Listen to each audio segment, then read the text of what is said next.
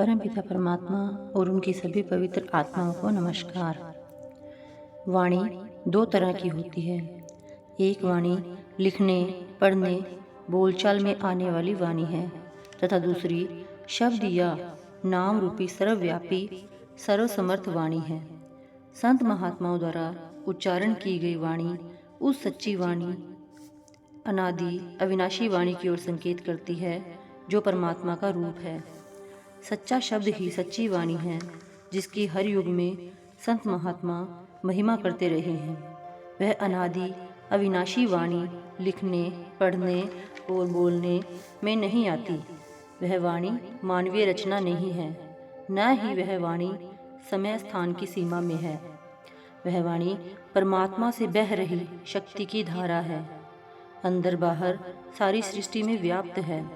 वह सच्ची अनादि अविनाशी वाणी हम सभी के अंदर है तथा यह वाणी ही परमात्मा की पहचान और उससे मिलाप का वास्तविक साधन है। अंदर आंखों के ऊपर शब्द या नाम की सूक्ष्म ज्योति जल रही है। उसमें से वाणी की मीठी प्यारी ध्वनि निकल रही है। उस ज्योति के दर्शन करने से तथा उसमें से निकल रही वाणी की ध्वनि सुनने से परमात्मा से लिव जुड़ जाती है।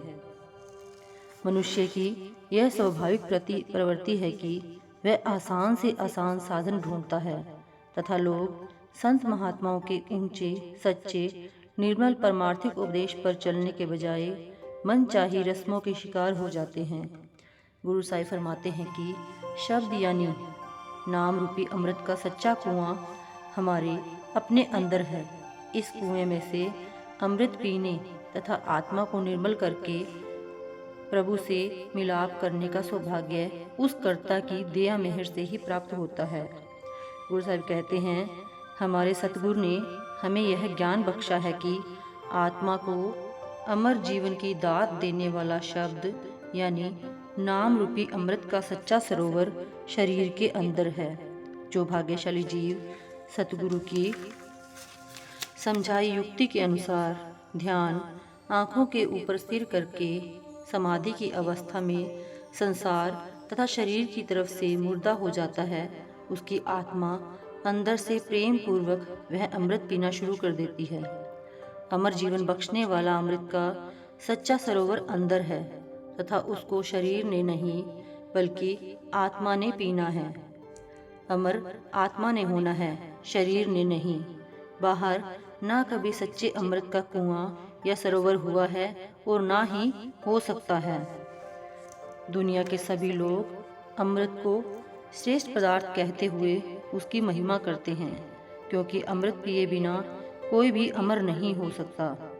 गुरु साहिब कहते हैं कि कोई कहता है कि अमृत पाताल में है, परंतु पाताल तो काल या समय की सीमा के अधीन है। जो स्थान स्वयं नाशवान है वहाँ अविनाशी अमृत कैसे हो सकता है। कुछ लोग कहते हैं कि अमृत समुद्र में है। अगर यह सत्य होता तो अग्नि बड़वानल समुद्र को क्यों सुखा देती। कुछ लोग कहते हैं कि अमृत शशि यानी चंद्रमा में है। यदि ऐसा होता तो चंद्रमा घटता बढ़ता क्यों रहता है और कभी पूरी तरह गायब क्यों हो जाता है। कुछ लोग कहते हैं कि अमृत स्वर्ग लोक में है। लेकिन यदि यह सत्य होता तो स्वर्गों के देवता मौत का शिकार क्यों हो जाते। दरिया साहब कहते हैं कि ये सभी व्यर्थ की बातें हैं। वास्तव में बात यह है कि केवल प्रभु का अनंत अथाह नाम ही सच्चा अमृत है। यह अमृत पूर्ण संतों के पास है। पूर्ण संत नाम रूपी अमृत को पीकर जन्म मरण के चक्कर से मुक्त होकर अमर जीवन के भागी बन जाते हैं। Thank you.